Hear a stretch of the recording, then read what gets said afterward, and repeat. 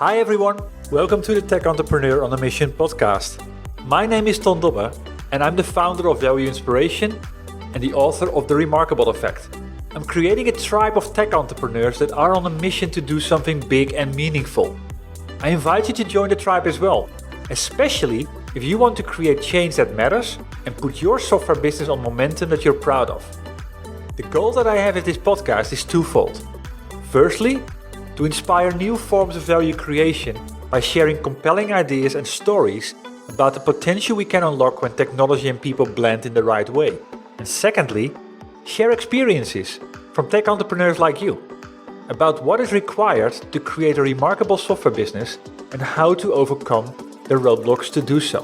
The guest on my podcast today is Anastasia Leng, founder and CEO of CreativeX. We make a lot of promises and have a lot of efforts to try and do things like be responsible citizens as brands to promote, different people of all different colors and orientations. And yet when we look at the content we put out, we don't always tell that story. And I think part of it is because it has become very, very difficult to analyze content at that scale in an objective way. We can help to even get an initial pulse check as to how you're doing on things that don't even relate to marketing performance. What is the message you're really sending, I think, is the broader question. And how do we help you figure out whether or not the messages that you're really sending actually are in line with the brand values and the things that you would like to be sending? This is Anastasia. Early in her career, she gained experience in brand strategy at Interbrand, spent 5 years at Google, where she worked on every edtech and analytics product, led entrepreneurship efforts in EMEA, and was responsible for early-stage partnerships for Google Voice, Chrome, and Wallet. In 2012, she co-founded Hatch, one of Time magazine's top 10 startups to watch in New York and one of the 4 most innovative retail companies. Today, she is the founder and CEO of CreativeX, an automated creative excellence platform used by the world's most loved brands. The company is on a mission to advance creative expression through the clarity of data. And that inspired me, and hence I invited Anastasia to my podcast. We explore what's holding companies back in their growth because they're guessing what works and what doesn't work in relation to their creative efforts. Anastasia shares how she solved this problem internally first, and how investors then made her aware of the size of this problem globally. She explains how this triggered a major pivot and the effort and determination it took to get to product market fit. Finally, she shares some of the secrets she learned in turning her company into a remarkable growth story.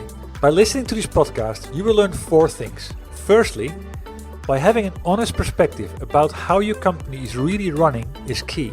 Staying in that bubble and thinking that you got everything together will just make the mess bigger. Secondly, why we are often the biggest obstacle in our own way. Thirdly, make the big bets. Think, what is the worst thing that can happen, and then push forward. Your reflection will tell you, why didn't I do this sooner? And lastly, why success often starts by cutting things down to the core. Well, hi Anastasia. Hello. Thank you for making the time today and being a guest on my podcast. Oh, it's great to be here. The inspiration that you gave me when I saw a message, I think on LinkedIn, and then I checked your website, CreativeX. And then I saw the tagline that started it, which is achieve creative excellence at scale.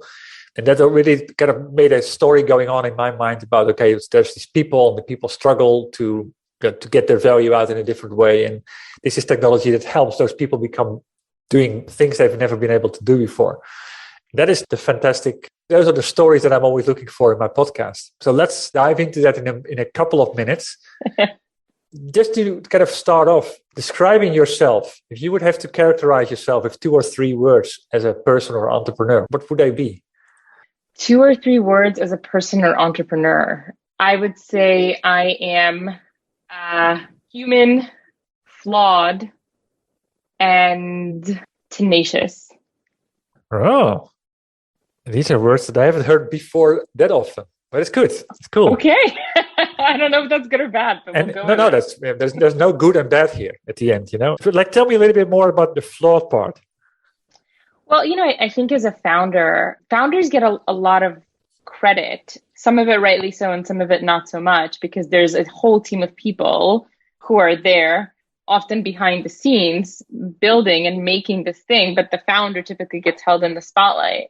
And I think as a technology culture and as a media culture, there's a lot about sort of the reverence of the founder, which I think is very, very flawed for a couple of reasons. One, it puts it creates kind of an unnecessary burden for that individual. It also makes them seem like this infallible, perfect creature. And lastly, and more importantly, minimizes all the people who are also there, building the company up, but yet it's the founder who gets all the credit.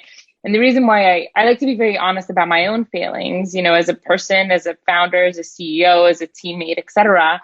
And I like to talk about them a lot, with the team. And so I think, the flawed part is that I've made a lot of mistakes in setting up and growing this company. I will continue to make those mistakes. And it's very important for me to be honest about that for other founders who are stuck in this, perhaps kind of bubble of wanting to appear perfect and wanting to appear like you've got everything together, whereas the reality is always so much messier than that. Exactly. So yeah, I think it's just real. Well, I mean, I'm glad you say that, because at the end, nobody's perfect, and we can always learn. And from the learnings, we get better and do the things that our customers love from what we create.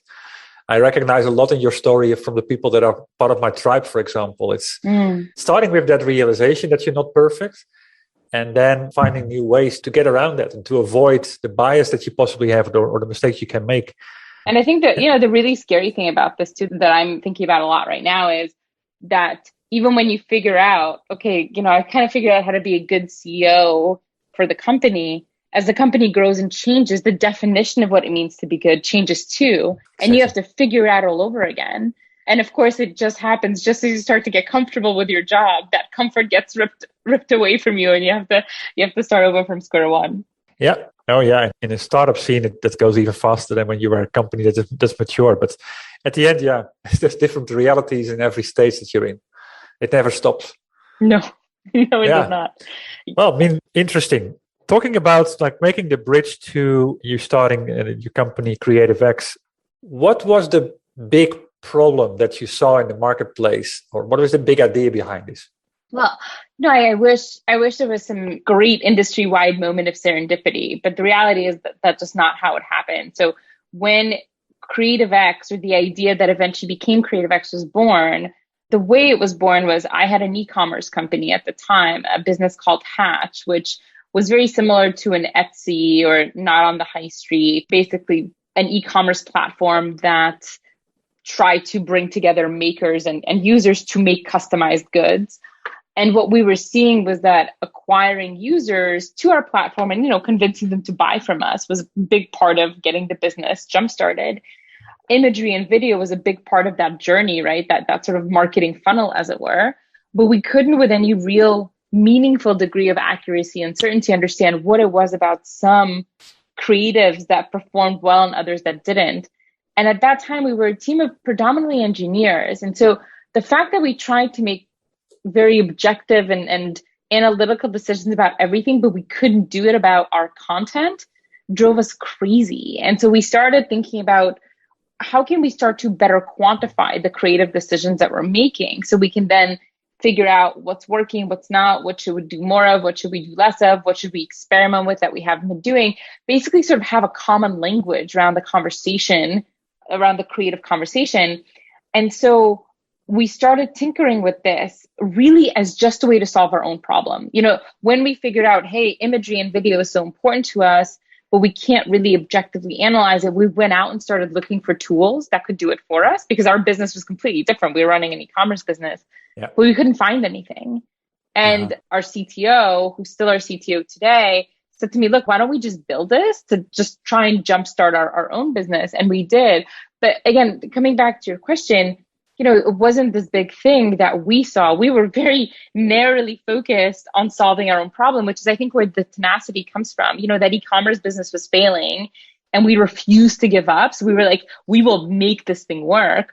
And in some ways we did, in other ways we didn't, obviously, because the company ended up going a different direction. But when it became clear to us that there was something much bigger is when we went to fundraise in the summer of 2015 for that e-commerce business, because we started really growing. We started growing, our numbers were looking good. And a number of investors who looked at the business in more detail said, well, where is this growth curve coming from? What are you doing? And we'd explain the stuff that we were tinkering with behind the scenes to create that growth curve. And a number of them said, you're in the wrong business. Every company we have is struggling with how do you become a bit more informed around the creative and at that time really the visual decisions that you're making, because the broader industry context that summer was that Instagram, Pinterest, and Snapchat all launched their monetization tools. They were 100% visual. Display had finally overtaken search as where the bulk of media spend was going. And so we were living in this visual world and we had no tools to really help us understand it. And I wish it was my brilliance that helped us see it, but it wasn't, it was, we just stumbled upon it first because we were so dogged about trying to make our first company work and somehow ended up stumbling onto a much bigger problem. Fascinating. Yeah. I mean, one of the things in the work streams I always do it, at some point there's a prompt. After you go through all the problems and understanding what your customers, what their struggles are all about, at some point there's the question and the prompt, what is the business you're really in? Yes. And so often we're so wrong about that part.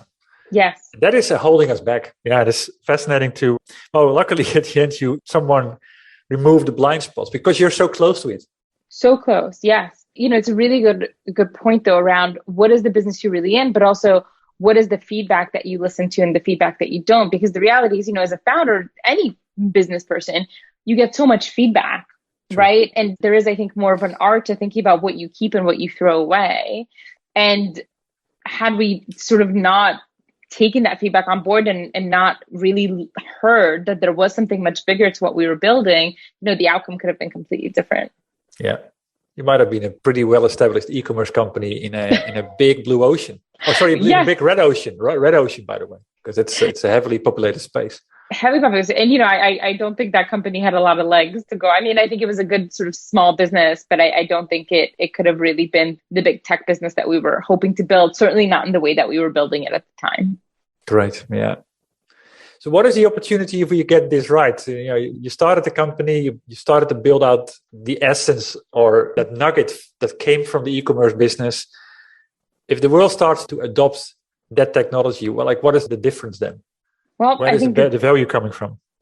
Yes. Well, I think, there's so many differences, right? I think the first difference is, again, taking something that has been very subjective up until now and helping give everyone a common language and a common framework for understanding, is this piece of creative visual content that I may have a feeling about, but how do I better quantify whether or not it's, in line with best practices, it's consistent with my brand, et cetera, et cetera. I think the ability to analyze content more objectively also allows brands to start to be more reflective about things like, for example, diversity and inclusion in their content. We make a lot of promises and have a lot of efforts to try and do things like be responsible citizens as brands to promote, different people of all different colors and orientations. And yet when we look at the content we put out, we don't always tell that story. And I think part of it is because it has become very, very difficult to analyze content at that scale in an objective way. And so, I think the other big thing is that we can help to even get an initial pulse check as to how you're doing on things that don't even relate to marketing performance, right? What is the message you're really sending, I think, is the broader question. And how do we help you figure out whether or not the messages that you're really sending actually are in line with the brand values and the things that you would like to be sending? Yeah, that's a great one. What's the message you're really sending? And I agree with you that requires a lot of reflection. Right? It stimulates reflection, and that's the good part, because then you start to be able, if you know and you can see the evidence of that, then you start to adjust that, and that's where improvement happens. That's right. Yes. So the company started in 2015. So we're now 2021. What has been the journey? What I'm always interested in is to understand, what have you done? Yeah, well, maybe there wasn't anything you done differently because there wasn't anything like it. But what has been fundamental in terms of how you created a product that helps create its success? Yes, certainly we did a lot of things differently relative to the first company because we learned a lot of what not to do and the first time around. I think as a first-time founder, you get sucked into doing a lot of things that don't really matter. One example is sort of like vanity press. I remember we started a company and sort of for months, all we cared about was, making sure we got on the cover of some magazine or other, just because it gave us validation, but didn't actually move the business forward. And we've learned to care a lot less about those things and just focus on what we're building. I think some of the other, when it came to investors, for example, that was another thing we thought a good investor was an investor that had the best brand name or the most recognizable brand name. And that is night and day different to how we select investors today, which is really based on an alignment with our long-term vision, a healthy understanding of the balance between short-term growth and long-term vision. We pick individuals now and not firms. It's never about sort of the brand name of the firm and all about, does this individual really care and understand our business? So, we've done a lot of things like that. I think the other thing that we really tried to get right is this journey to product market fit. I think there is a temptation to rely a lot on vanity metrics, such as website impressions or things like that.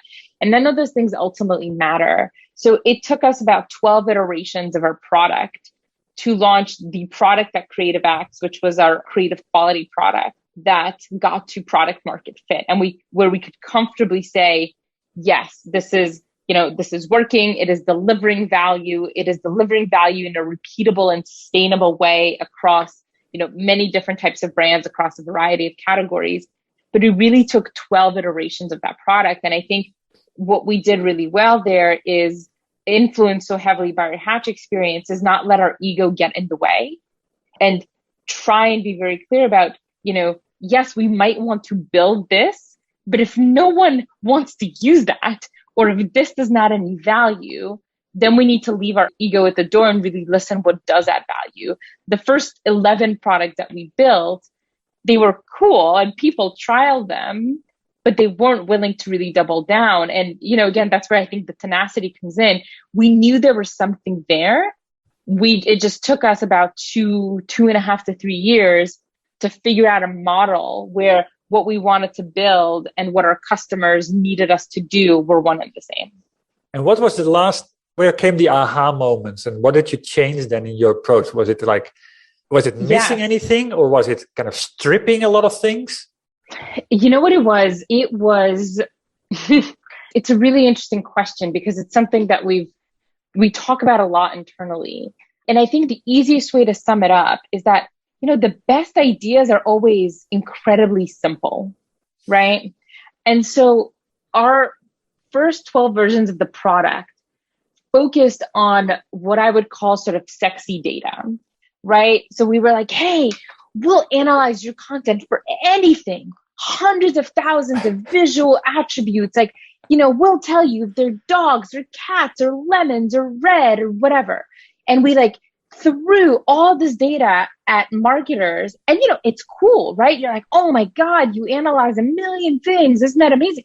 But then they would see this data and be like, I have no idea what to do with this, right? And we were like, but look, we're giving you all this data. And they're like, this is too much work. I don't know what to do with this. If I'm a car company, why do I care about dogs or red? Or I remember we had one company where hey, when people wear dresses, your ads do well. And they're like, oh, we're a car company. We're not a fashion retailer. We don't fundamentally care. And so we got ourselves into this dynamic where everyone was so sexy, but they wouldn't double down, right? They wouldn't subscribe to our product. And we were starting to become more like an agency than a technology product. And so and this is where luckily we'd established a very honest and direct relationship with some of our early customers where they could be like, hey, this isn't working for me and this is why. And I remember we had one gentleman who was very direct to us and he said, look, you're not solving the fundamental problem I need you to solve. And I said, okay, what's your fundamental problem? He said, my fundamental problem is we as an organization are producing, 5 times the amount of content this year than we did last year.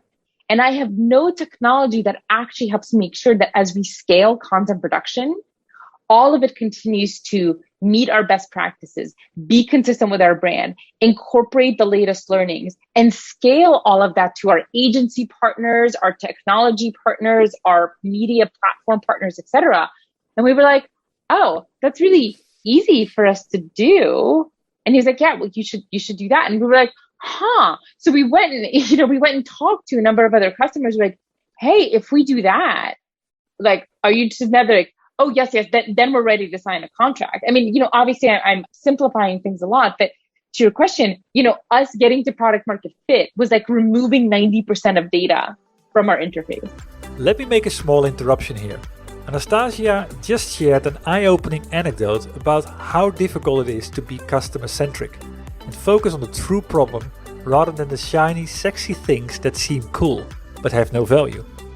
By leaving their ego at the doorstep and simply listen with intent, they managed to turn the ship, throw away what wasn't needed, and ended up with a product market fit by removing 90% of the data from their interface. And this is a trait remarkable software companies master. They focus on the essence, and with that, create something valuable and desirable.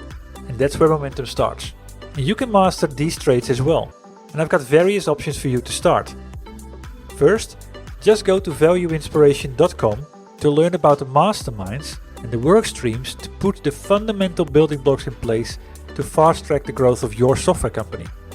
And as you're there anyway, don't forget to grab the free Kindle version of my book, The Remarkable Effect, to start sparking new inspirations in the next 30 minutes. Back to the interview. That's exactly why I asked it. Because a lot of times it's not about more, it's about less. It's 100% about less. Yes. But it's very, it's very, very painful to take things out. I remember, when I was at Google, I started Google on the marketing side. And when I was there, some of my work involved producing videos for new products we were launching. And I worked with a brilliant team of video editors at Google. And we would we would shoot the video and we would sort of cut it down, and we'd cut it down to like a 2-3 minute video. And I would get into the studio with the video producers, and they would say, now we have to make it 1 minute. And I would say, what do you mean we have to make it 1 minute? Like, everything we've put in, it went from it being 20 minutes to being 3, we cannot possibly cut it down. And a woman named Julie and a gentleman named Rob would say, no, you have to cut it down. And that process of cutting it was really, really difficult, but it's amazing. You always ended up with something so clear, so concise that actually kept people's attention, but it is so painful. It is, yeah. It's going down to the essence. And we believe everything needs to be there, and we're proud of it. And it's, yeah. You know how many hours it took to develop that functionality? So, what has been the hardest nut to crack in that whole process? The hardest nut to crack, I think that the biggest challenge for us has been convincing very large brands that this is something that they need to fundamentally embed into the bedrock of their marketing infrastructure. And the reason why I say this is because when we first started, there was no other company doing this.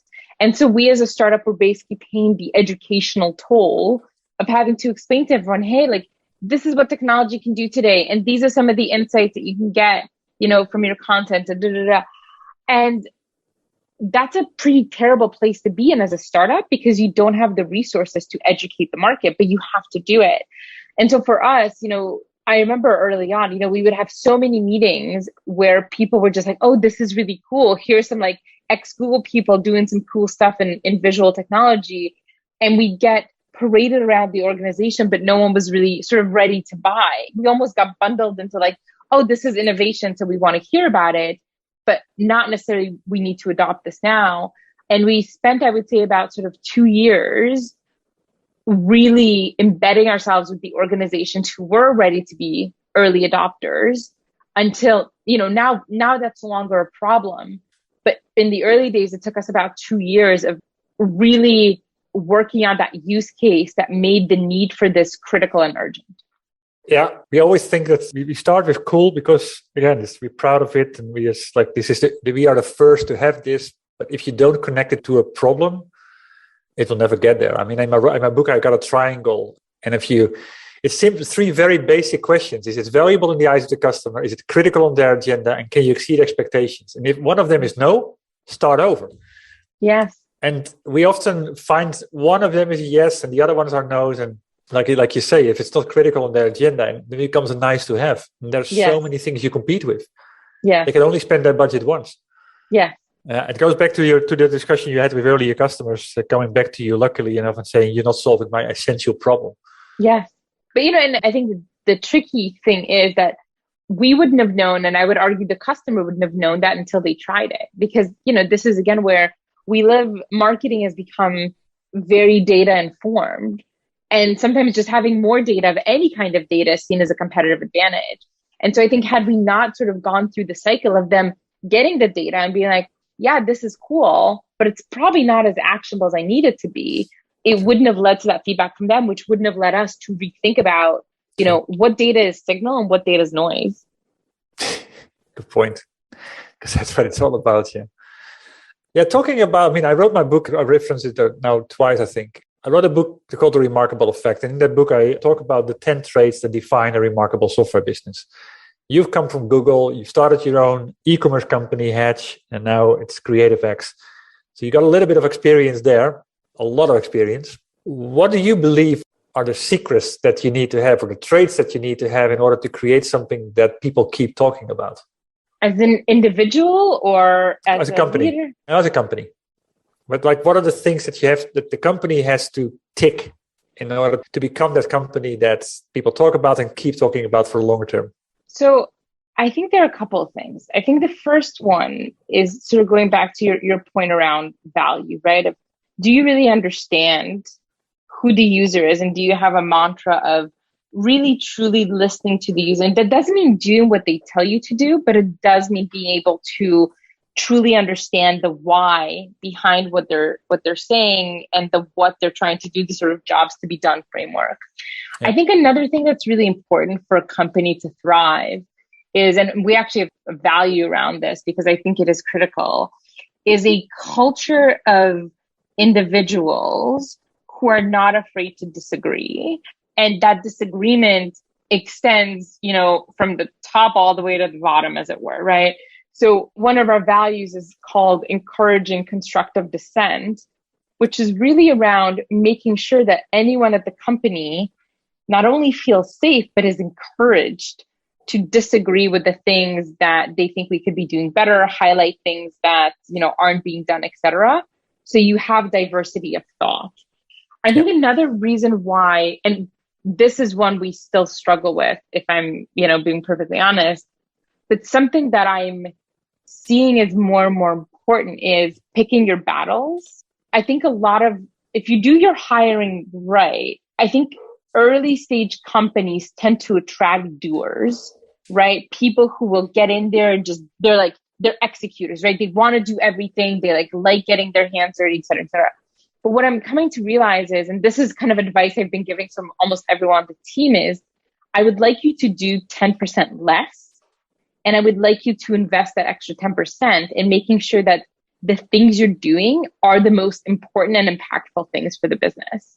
So this, sort of question of ruthless prioritization, what we say no to is ultimately just as important as what we say yes to. And I think flexing that muscle is really important for a company's success, because then you don't end up using your time on things that ultimately, sure, you be like, yes, I got this done, but why does it matter? Good one. Really good one. I think something we spend a lot of time thinking about is, and again, coming back to those 3 words you asked me about in the beginning of our conversation, is my personal belief, right, is that a lot of company success boils down to the people and how you empower and treat everyone on the team is, I think if you get that right, I think it is more difficult to fail. Because you have people who not only are sort of committed and embedded, feel psychologically safe to challenge and push, but they feel a sense of ownership in the business as well. And that creates a very different dynamic. So a lot of what I personally spend my time thinking about is, are we creating that place for our entire team? And how can we do better at creating that place? Strong. Yeah, I like that aspect of culture. People aligned around the same desire to what you want to become and the change you want to create. in the world and really empower people. And that it goes back to also to your earlier points as well. Culture where individuals are not afraid to disagree. I like that point about courage, constructive dissent, because that's what it's about. I mean, in my book, I talk about they master the art of curiosity, and I think it a little bit starts with there as well. It's asking, dare to ask the questions, dare to ask the difficult question and bring that up. Yes. One of our values, to your point about curiosity, is thinking curiously, but operating analytically. And the balance we're trying to strike there, right, is my personal view is I will say yes to anything once, as long as it doesn't hurt anyone and is not illegal. I almost don't care what the idea is. I think we should create a culture where experimentation and failure is allowed. Hence the sort of, thinking curiously. But what I expect at the end of every experiment is a view as to what did we learn? How did it do? What data did we collect? And based on that data, is this something we should do again? Or how do we make it even better the second time around? True. And I think, and the reason why we put this in as a value is I think in the beginning, when you start a company, it's all kind of blue sky, right? And you could do anything. And so I think you see a lot of the thinking curiously piece, but not as much of the operating analytically. I think as the companies evolve, they tend to skew towards the other and forget that experimentation. So we've tried to kind of bring both together because I think it is a constant balance between these two things that has to be maintained at all sizes and stages of the company. Exactly. Yeah. And I've seen how it starts the right way. And then when people get comfortable and you got your success and you think you're there, then it drops. And then you get complacent. 100%. It's a big disease. Yes, it is. Yeah, it is. And it's really hard to stave off. Exactly. Yeah. And it's also hard to recognize because you start to believe your own story. Yeah. And how do you keep yourself honest in that world? Yes. Very big one to stay aware of. Very good. So in talking about you launched the product at some point, what has been the biggest lessons learned in the whole sales process? I think you already talked about it earlier on when it was about convincing the larger companies, the larger brands. What has been a key takeaway or learning in creating momentum around your product? Yes. So I think some of these things are painfully obvious, right? So I don't know if I will say anything that you haven't already heard, but no one wants to be the first, or very few people want to be the first, but no one wants to be the last. And so what we had to do, and this was very painful for us, is we had a hard time getting someone to kind of be the first. And at the end of the day, we were like, if we have to make concessions for someone to be the first, let's just make those concessions so we can have a first who is there. And then once you have a first, then a lot of it is about, quite basic tactical things like case studies and examples that you can then leverage and tell a story around that make it clear that this is the kind of thing that you don't want to be left behind on. Exactly. And I think that dynamic is really difficult, right? Because, again, people are naturally sort of risk averse. Most people are, especially at big companies. And so you really have to find, I think we've been very lucky here, individuals who are, and I think there is a sort of a kind of a name for them, which is failing me at the moment, but who are internal entrepreneurs, right? They're within this big company, but they are hungry to try new things and find ways to improve. They don't just want to do the same thing the same way for the next 10 years. And the difficulty there is about finding, because those individuals, it's not a job title that they have, right? No, change makers. Yes, exactly. And so how do you find and isolate them?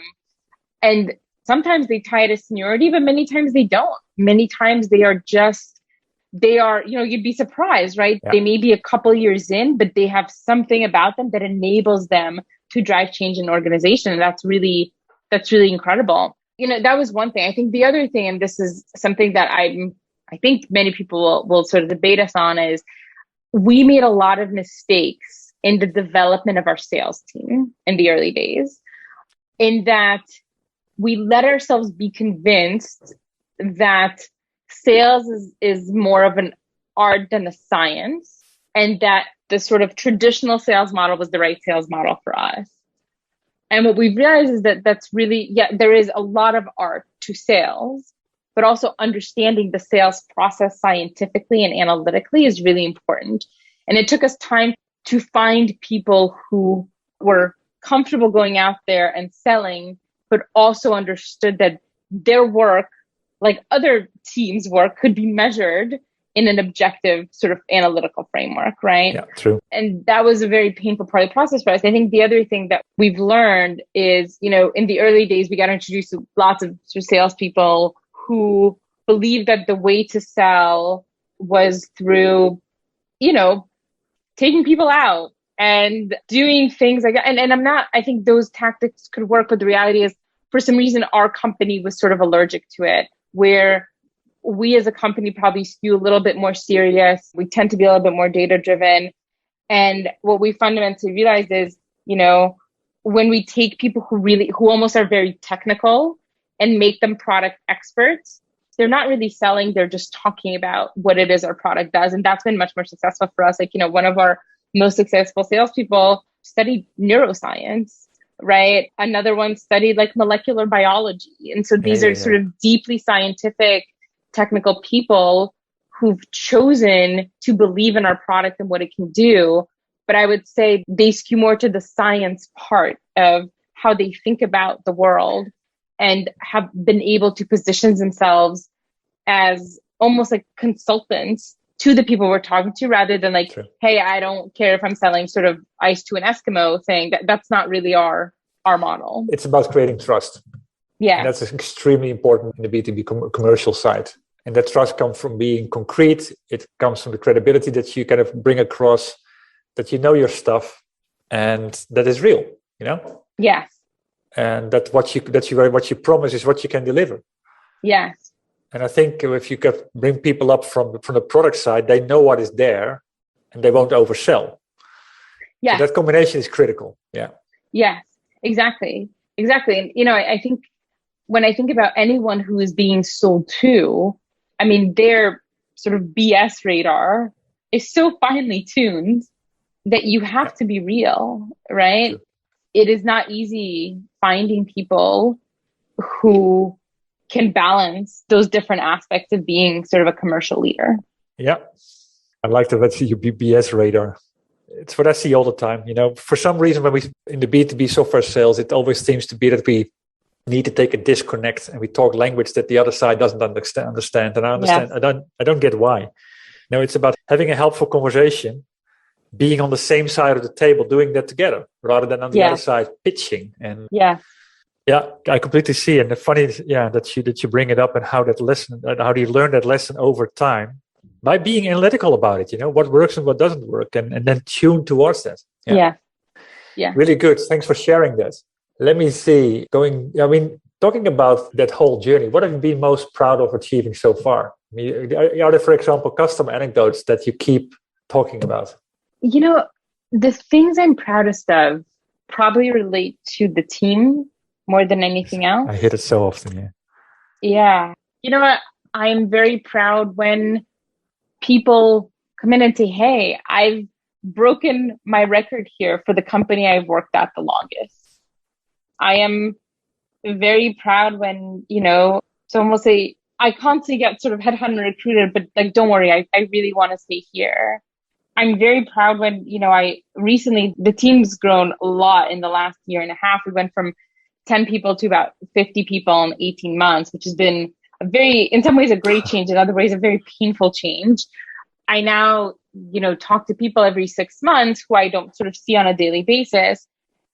And I hear about the experience that their managers are creating for them on the team. And I feel very proud of that. But, someone asked me a couple of weeks ago if I could have any headline in the newspaper about our business, like 5 years from now, what headline would I choose? And it was a really difficult question to answer. But eventually, what I settled on was, CreativeX, sort of best place to work at, right? Because that's really what I think would make me proudest of all, is that we've created this atmosphere for people to thrive and excel. And if we do a good job bringing smart people into the business, then I think everything else follows suit. Yeah, it becomes a magnet for both employees and for customers. Yeah, that's right. Because it shines two directions. Fantastic. That's a great question to ask. Like, if you have a billboard or a headline in the papers, what would it be? What is the message you Yeah. try to get out there? And, of course, like of course you think about, CreativeX now like a unicorn, billion-dollar company, all that stuff. And it's true. And don't get me wrong, those things would make me proud. But I think if I had to choose one, that would not be the headline. Yeah. I mean, it goes back to your point about like what you did different, and it was focusing on what matters. Yes. If I go back to my notes, and that these things matter. And because you focus on the things that matter, everything else falls in place. Yes. But it's very difficult to do, It is. It's very difficult to do. Wow. But I mean, growing from 10 to 50 people in a period that has been led by COVID, applause for that. Was it maybe also because that period or the pandemic introduced sort of the catalyst for products like that you have? I certainly think what we saw was that during the pandemic, all of our customers doubled down rather than pulling back. And so as it became more critical to justify the value and impact of every dollar, euro, pound that you were spending, it became impossible to avoid that 90% of people's budgets were going behind something that had an image or a video or a GIF fundamentally driving that conversation. And there was no analytics framework to help on that journey. Yeah, the perfect value proposition there. Yes.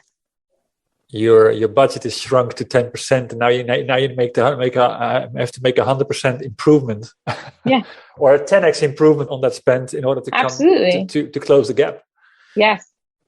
Yeah, I can see where that is coming from. Fascinating. Or how something that you haven't got under control can really spark and make people see the value that they didn't see before. Yeah. Well, sometimes, you're lucky and things fall in part. It's like building a big wave behind you and then riding it. Yeah. Getting towards the end of this inspiring interview so far, if you would think about like the wisdom that you gained and the things that you've learned, what would be a recommendation that you would give to other people that aspire to be entrepreneurs or actually want to step up in their role and do the things that you're doing? What would be a do or a don't? I think the thing that was most powerful for me was the realization that the things that prevented me from doing the things that I want to do were just me. I had someone back in the day who called me an underconfident overachiever, and that feedback was really transformational for me. And it's something I remember and sort of think and talk about a lot, because, what he was meaning is, he said to me, and I said, what do you mean I'm underconfident? Like, I'm plenty confident. He said, no. You have confidence up to a certain level, but you're missing that fundamental last bit of belief to think that you can, in this case for me, he said, you could do this for yourself. This when I was working at Google. So you don't have that last belief to think you can do this for yourself. For many people, I see it as they don't have that last belief to think, I can go do this other big job because I haven't done it before. And so, this is, again, it's nothing revolutionary here, but I do think a lot of times, and I hate to say this, I see this a lot more frequently with women, where there sometimes is the belief that unless I haven't done it before or haven't kind of ramped up to it, I can't do this again. And I try very actively to shape that belief. And, I'm a big believer in the Montessori sort of education philosophy, right? Yeah. Which, without going too deep into it, one of the central tenets of Montessori is kids and people learn at different ages, different stages, in different kind of ways. And so what they constantly do is they will put a child into a new environment where they haven't done something and see how they do. And if they do great, they'll kind of take it to the next. And if they don't, they'll but they're constantly throwing them into new situations to see how they do, rather than taking everyone along the same structured curriculum. So anyway, long story short here, it's kind of like going back to the Nike slogan is, if you want to do something, just do it. I often think, what's the worst thing that can happen? Exactly. Yeah, true. And it comes down to every time I have been afraid of something, and then I've pushed and pushed myself, and then I've finally done it. The thing that I always reflected on was, why didn't I do this sooner? I mean, always. I cannot think of a single instance, even if I completely messed it up, I cannot think of a single instance where I did something and then found myself wishing that I either hadn't done it or waited longer, I completely agree with you. I feel exactly the same. And sometimes some things hold you back that are not even worth it. And the feeling of accomplishment when you've then done it is like, that's what you do it for. Yeah. Even if it's a failure, exactly. And you've learned something.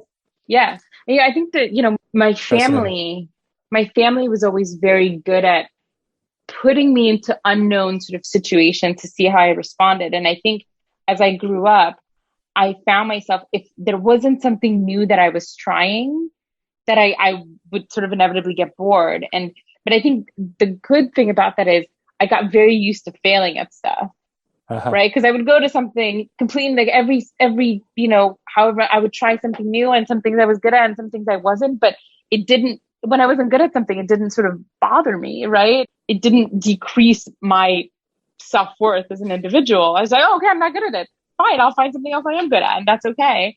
But yes, I think we are often the biggest obstacles in our own way. Yeah, that's a good way to finish it off and for people to reflect upon what's holding them back.